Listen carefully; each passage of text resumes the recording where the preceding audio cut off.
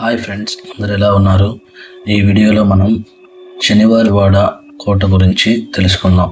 పూణే నగర హృదయంలో నిలిచిన శనివారం వాడ మరాఠా సామ్రాజ్య వైభవానికి ప్రత్యేకగా నిలిచిన ఈ రాజమందిరం ఈ రోజుల్లో మాత్రం ఒక భయానక స్థలంగా పేరు తెచ్చుకుంది. గడిచిన శతాబ్దాల తర్వాత కూడా ఈ మహాల్ గోడలు ఇంకా రహస్యాలని రోదనల్ని దాచుకున్నాయని స్థానికులు చెబుతారు. శనివారం వాడ నిర్మాణం 1746లో ప్రారంభమైంది. ఇక్కడ నివసించిన రాజులు, సైన్యాధిపతులు, రాజకీయాలు ఇవన్నీ ఈ ప్రాసాదం చుట్టూ తిరుగుతూనే ఉండేవి. కానీ ఈ వాడకు నిజమైన శాపం తెచ్చింది ఒక చిన్న బాలుడి అమాయక స్వరం. ఆ స్వరం ఏంటంటే కాకా మాలా వాచ, అనగా మామయ్య నన్ను రక్షించండి. ఈ స్వరం ఎవరిది? అతడే నారాయణరావు పేష్వా.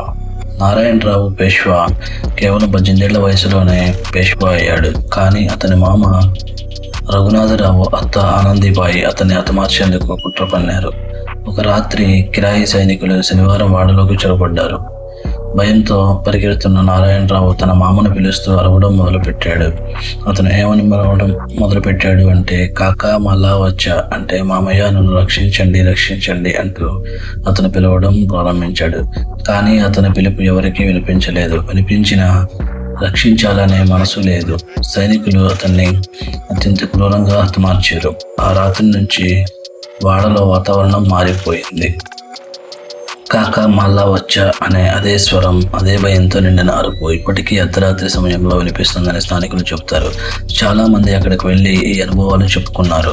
ఖాళీ గదుల్లో చిన్నారి పరుగులు తీసినట్టు అడుగుల శబ్దం, పాత గోడలపై నీడలు కదులుతున్నట్లుగా కనిపించటం, గాలి లేని చోట కూడా తలుపులు స్వయంగా మూసుకోవడం, ముఖ్యంగా ఒక బాలుడి రోదన కాకా మళ్ళా వచ్చా అనే ప్రతిధ్వని భయంతో అక్కడ సూర్యాస్తమైన తర్వాత ప్రజలు దగ్గరగా వెళ్ళడానికి కూడా సిద్ధం కారు.